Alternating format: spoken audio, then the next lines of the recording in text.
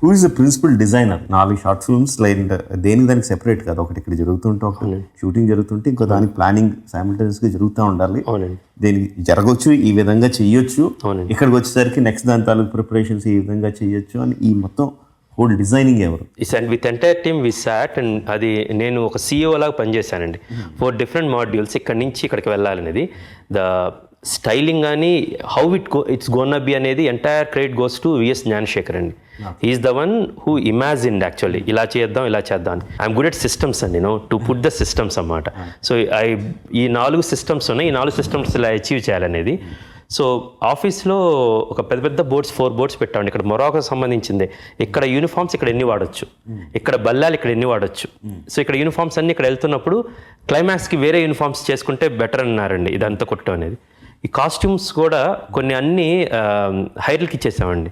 So there many people in Charminar దగ్గర నుంచి చాలా ఉన్నారు.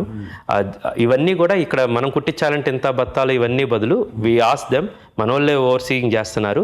అక్కడికి వెళ్తున్నప్పుడు ఈ 1000 దుస్తులు కావాలంటే వాళ్ళు ఎలాగ పంపించాలనేది. ఆ తలపాగాల దగ్గర నుంచి అది చెన్నైలో ఆర్డర్ ఇచ్చేసామండి. ఎక్కడికక్కడ ఇది ఫస్ట్ అయితే అసలు వెపన్స్ అన్నీ కూడా మళ్ళీ మోల్డ్స్ ఇవన్నీ కష్టం అని చెప్పి చైనాలో ఎక్కడ దొరుకుతాయి అక్కడ వాళ్ళని మాస్ ప్రొడక్షన్ ఉంటే అక్కడ ఏమైనా తెప్పించుకుందాం అని వల్ల కాక ఇక్కడ మేము art director Bhupesh R Bhupathi ఆధ్వర్యంలో ఈ సెటప్స్ అన్నీ చేసాం సార్.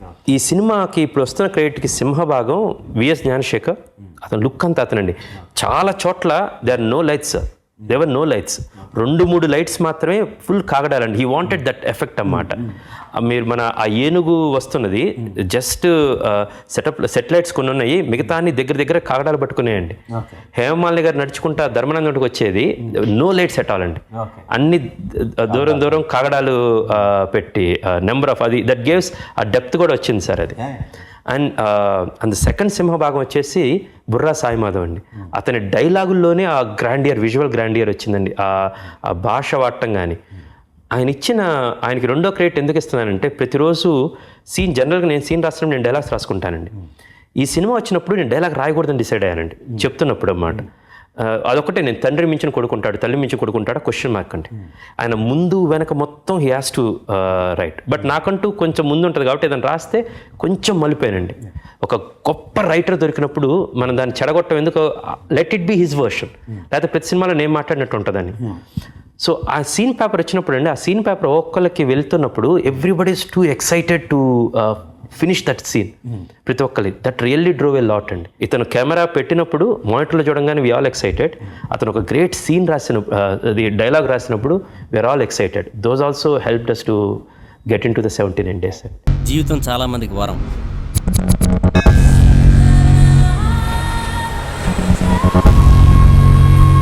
కొంతమందికి శాపం.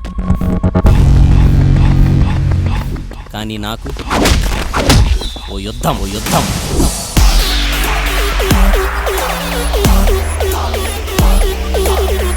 యుద్ధం అంటే ఎదురుగా ఉన్న శత్రువుతో కాదు, ఎక్కడున్నాడో తెలియని శత్రువుతో.